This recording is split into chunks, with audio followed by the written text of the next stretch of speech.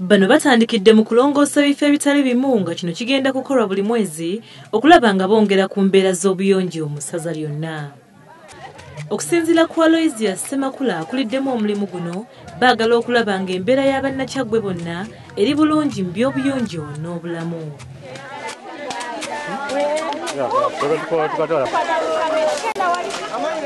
Enkola eno egenda kubeerawo omulundi gumu buli mwezi n'ekigendererwa ekyokulaba ng'abantu ba Ssaabasajja eno babeera bayonjo mu mbeera yonna.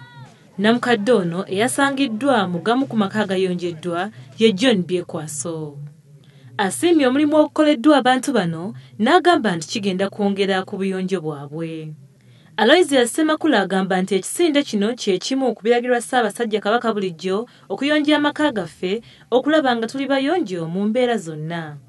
Ssemakula agattako nti bagenda kukola emirimu gyonna omuli okugogola enzizi, okusimba emiti, okulima enguudo n'ebirala bingi.